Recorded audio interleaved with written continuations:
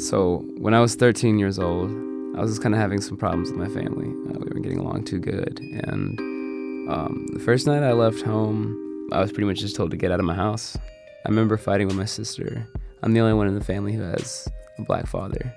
And everyone in my family was like, call me the N-word or call me other horrible things. So I felt like even if they didn't mean it, just saying that was making me feel like I wasn't a part of the family. It was right before my birthday, which is Christmas Day, because I remember for my 14th birthday on Christmas, I spent it on the railroad tracks. And at that time, I already been outside for a while, for like maybe a few months. And I just remember crying at the railroad tracks. For the longest time when I was homeless, I would steal loaves of bread from Safeway. I would take like peanut butter and jelly stuff, trail mixes and whatever, and I wouldn't steal from a local store.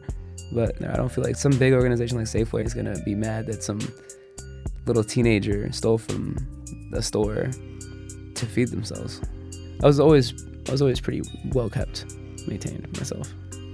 I mean, for the longest time, I'd wake up and I'd go to like Raley's, which is like a little grocery store in Ukiah, and I'd go in their bathroom and I'd shave. I'd steal a toothbrush, a little packet kit, and some toothpaste, and I'd brush my teeth, and if I had to, I'd just like sink clean, like I'd just get like paper towels and stuff and like wash myself off if I couldn't take a shower. Like, you know, it was difficult then. I did try to hide it from people.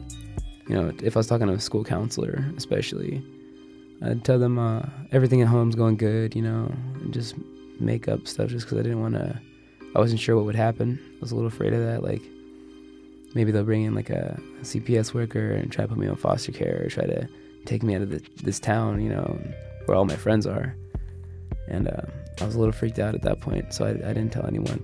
I knew I could have hit up some friends and gone sit over there, and, you know, I talked to them afterwards, and they were like, why didn't you hit me up? You know, they were confused why I didn't reach out to them. And I guess after the whole fight and feeling like I didn't belong in my own family, I just kind of wanted to be alone for a while, you know. So I just stayed outside because then I didn't want to burden anyone with that, like having them think, oh, I need help me out. Like, I just wanted to feel like independent, you know. I wanted to not ask anyone for anything. Like, I can do this on my own. I was pretty much just going to high school because I didn't want to give up on myself. It's kind of like a self goal, but at the time, like, I really couldn't focus. And even during, like, while I was in classes, I had so much on my mind that I'd sit there and I couldn't think, like, why am I doing this paperwork right now? Like, why does it matter, you know? And I just remember thinking, like, why is my life like this when I'm so young, you know?